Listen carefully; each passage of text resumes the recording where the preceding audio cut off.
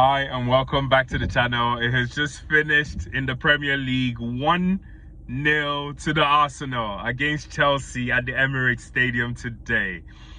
What a glorious day of football. And in other news, Tottenham lost to Fulham. So like I said, what a glorious day of football. Arsenal wins, Tottenham loses. What more can you ask for? Yeah, but apologies, this may be coming a little late. I've tried to record this a number of times just to try and, not get through past the 2-minute marker, because I start with a rant in the sense that, Mikel Arteta, I had to stay back and keep an eye on him today. That's why, this might be coming out a little late, because I had to hear his match conference, hear his match interview, post-match interview. And the channel I was watching, I'm watching it on, I don't want to mention the channel, but the channel I'm watching it on took their time because they went to the Tottenham game before they came back to the Arsenal game. So yeah, before I could get Mikel Arteta's press release, it took quite a while. But I'm glad to hear him say that they were disappointed last week. That's why he walked off, from that interview, because he felt disappointed. And I'm like, yes, a draw should be disappointed, because we all felt disappointed with that draw. So it's good that we can see that they're disappointed as well. So they feel what we feel. They're as human as we are as well. But sometimes we have expectations, because I watch all these other Arsenal, fan channels and, podcasts and stuff. And I love all of them. They're hilarious. Some of them are hilarious, But then whenever everyone comes around the narrative of like, oh, we need a new manager or Arteta out, that's where I don't agree with them, because I grew up, me being an Arsenal fan was Wenger being at that club a couple of years before I started watching an Arsenal game. So I grew up in the Wenger era. So I know about the good and the bad, and I can tell you the bad lasted longer than it did the good. And in that bad, we were just trying to come top 4. And next season, we're like, we'll go again. And I had more lip than I do not have now, because no fan could come and tell me that Arsenal Football Club wasn't the best in the world. But I look at where we are right now, and it's ridiculous. It's amazing. Like we're in a Champions League quarterfinal against Real Madrid. We're competing for the Premier League and in second position for the 3rd season in a row. We paid 100 million for a player. We're playing 16 million, 17 million for players now. Under the Wenger area, the most we probably paid for a player was like 20 million or 25 million. Or was it Xhaka? Granted, Xhaka, we got Xhaka for like 35 million or something like that. So we are in a much better place. Getting us over the line is tricky. I know we're looking at Liverpool slot or what Slot has done, but then they're also mitigating, circumstances and factors that come into that we have to take into account, like red cards, injuries, fixtures, But anyway, I think I'm done with that rant, and I think I've made my point. And the point is, we need to appreciate this manager more than we do. So yeah, today starting lineup shows up. The spine I always advocate for, that with Ryan goal, Euron Timber on the right hand side, and William Saliba right next to him as the right sided centre half, and then Gabriel Magalhaes on the left, and then Miles Lewis Kelly, comes on as our left back today. And dare I say that we did need our strongest left back for today, and he is our strongest left back. He has risen to the top of that pecking order and deserves every single minute of it, and congratulations to him, because he's been called up to the England squad for the international break we're about to go into. So hopefully we'll get to see a bit more of him in an England shirt. Then to the middle, we've got our Partey Rice and then the Odegaard in the mix. And then on the right hand side, of attack, we had Gabriel Martinelli coming today for Ethan Nwaneri. It was good to see him midweek, and to see him start again today actually was good because it means that we're getting some players back in attack. Down the middle was Mikel Merino. Arteta refuses and keeps starting him because some people probably would start at Trossard, Nwaneri and Martinelli. But with the way Arteta plays and just being that stubborn guy, which I like sometimes also, Mikel Merino was in the middle, and then on the left was Leandro Trossard. So game kicks off. You know, Martin Odegaard is looking really lively, you know, stringing a few passes here and there. But then, you know, you're thinking that's the tone, that's probably going to set the tone of the game. But no, VAR being absent today set the tone, because there's a great ball coming in on Timber's side, and Cucurella trying to defend, leans in towards the ball with his arm, and, you know, gets the ball, and then the ball doesn't, the ball ricochets, moves in and around the net. You know, it's a bit scrappy. Arsenal couldn't convert, but then it goes to VAR to check. VAR slows this stuff down. They slow it down on TV, on telly, and we can all see that this is a deliberate handball. Even the commentators were saying it. All the guys, even at halftime, they spoke about it. Tim Howard, they all spoke about it. They were like, that is a blatant handball. Yeah, VAR, video assistant referee, live, couldn't, and with all the technology, still couldn't deem that a penalty or an offense. Anyway, that set the tone for the day, because not long after, Fofana stamps on Declan Rice's bum.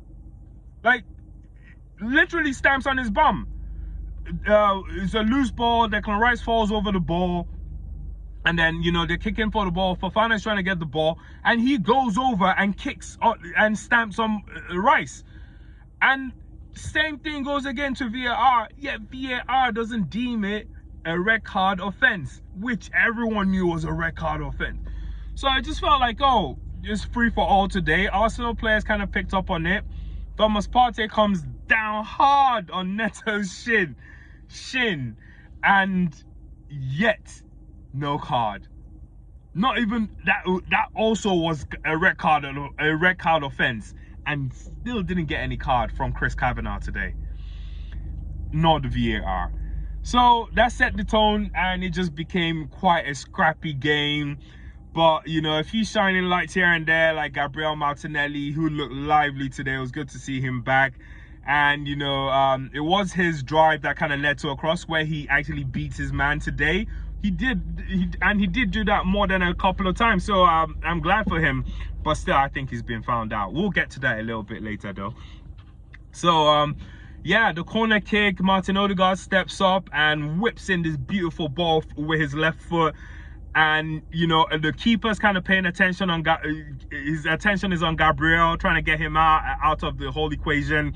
But then Mikel Merino sneaks up and, you know, gets contact on the ball with a glancing header, which loops over the keeper and finds the side netting, and just a perfect goal today. It was a beautiful goal. You know, that goal didn't need any other one. And I love header goals. I love how quick and, you know, immediate they are, and it's just decisive. You know, no question of, oh, was it a handball or did it go off this or whatnot. Anyway, but yeah, perfect goal for Merino, and just like that, we're one goal up. Then Chelsea, they sustain a good spell of possession for about a good 7-8 minutes or so, and Arsenal are now in a low block. You know how other teams play us, we started playing that way. So we got all the players behind the ball, not trying to get Chelsea through.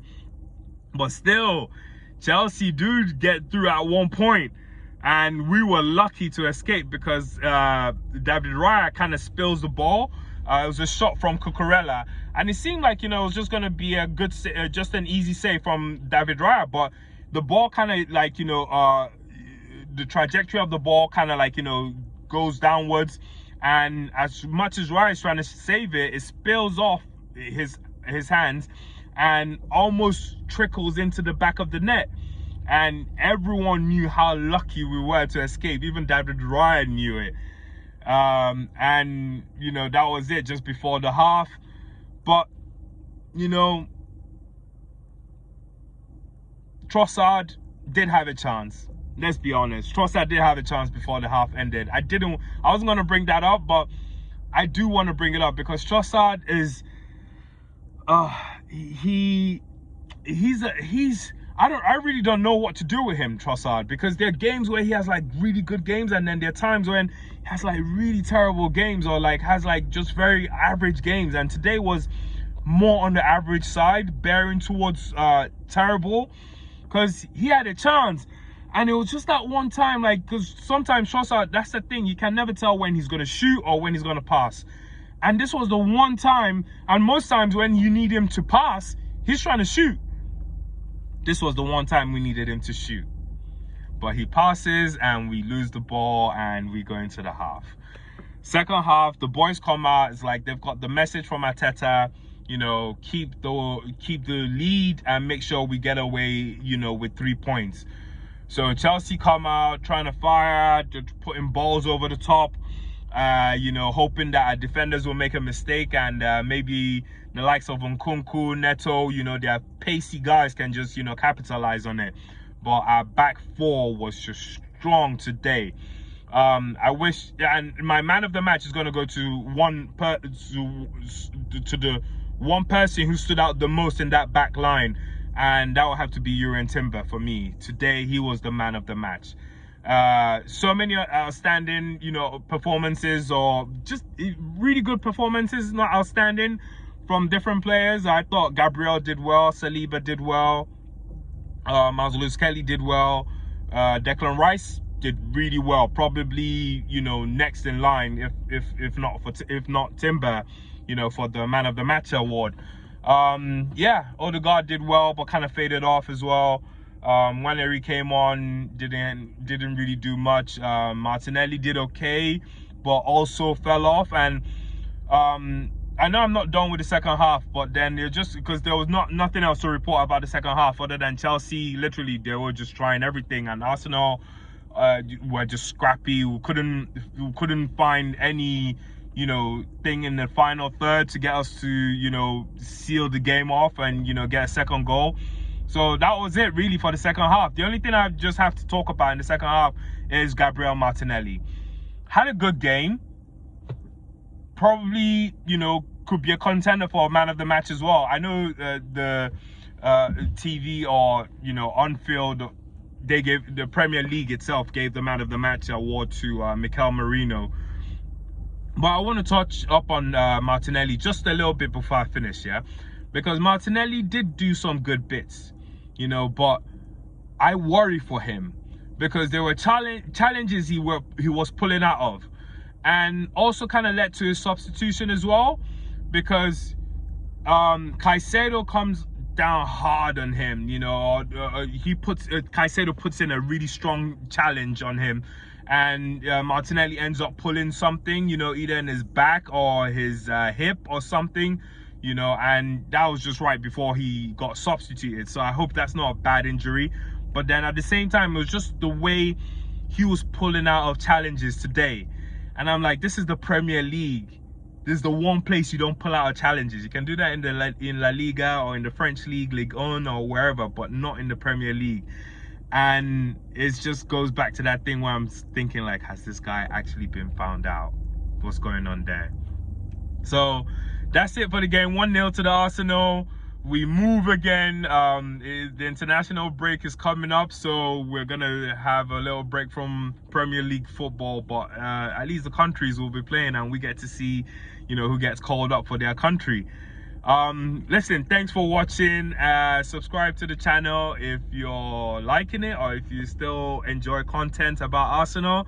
Like the video if you like the video, and I will see you all again in the game after, in the game against I believe we play Everton next. Everton or Fulham, one of them. Tell me in the comment section. All right, have the rest, enjoy the rest of your Sunday. I wish you all peace and love, and take care.